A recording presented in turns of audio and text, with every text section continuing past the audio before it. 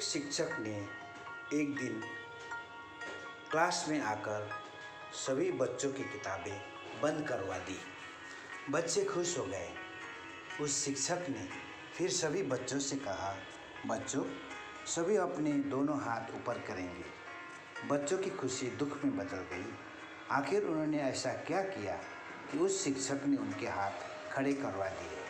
पर फिर भी उन्होंने शिक्षक की बात मानी और सभी ने हाथ ऊपर कर लिए। शिक्षक ने चारों तरफ देखा और जब देखा कि सभी बच्चों के हाथ ऊपर थे, तब उन्होंने बच्चों से कहा, बच्चों अपने हाथों को और ऊपर कर लो। सभी बच्चों ने कुछ न कुछ हाथ और ऊपर खींच दिया। बच्चे लेकिन समझ नहीं पा रहे थे कि ऐसा क्यों करवाया जा रहा है उनसे। एक नटखट बच्चे ने पूछ ही लिया, सर हमने कौन सा पाप किया है? शिक्षक ने मुस्कुरा कर जवाब दिया, बच्चों आज मैं तुम्हें सबसे अच्छी सीख देने वाला हूँ। जब मैंने पहली बार कहा कि सभी हाथ ऊपर करें, आप सब ने अपनी अपनी क्षमता के हिसाब से हाथ ऊपर कर लिए। और जब मैंने दूसरी बार कहा कि हाथ और ऊपर करो, तब आप सभी ने अपने अपने हाथ और ऊपर खींच लिए। पर आपने पहली ही बार में ऐसा क्यों नहीं किया था कि दूसरी बार हाथ ऊपर करने के लिए कोई जगह भी बचे? इसका मतलब है इंसान के पास हमेशा कुछ न कुछ सुधार, कुछ न कुछ और ताकत, झोंकने की क्षमता हमेशा बचती है। इसे ही काइजन कहते हैं।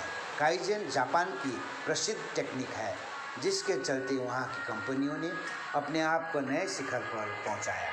काइजन का मानना है कि व्यक्ति के पास हमेशा कुछ न कुछ क्षमता बचती है, जो अपने अपने अगले प्रयास या चांस में अपनी क्षमता को बढ़ाकर मेहनत कर सकता है।